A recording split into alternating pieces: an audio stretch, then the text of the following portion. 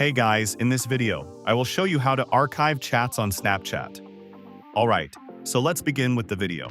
Start by opening Snapchat and make sure it is updated to latest version available.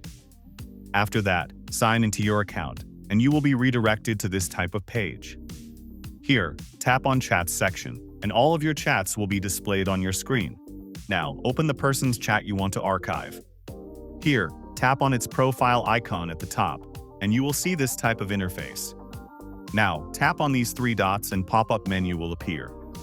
Inside it, select Chat and Notification Settings.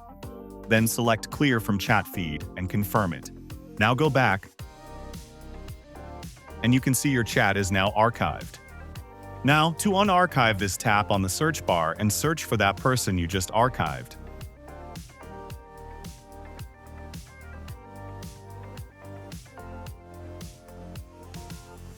And then send any message to them.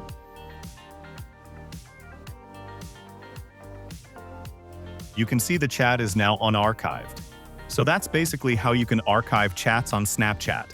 So that's all for this video. Consider subscribing if you find it helpful, and I'll catch you in the next one. Thanks.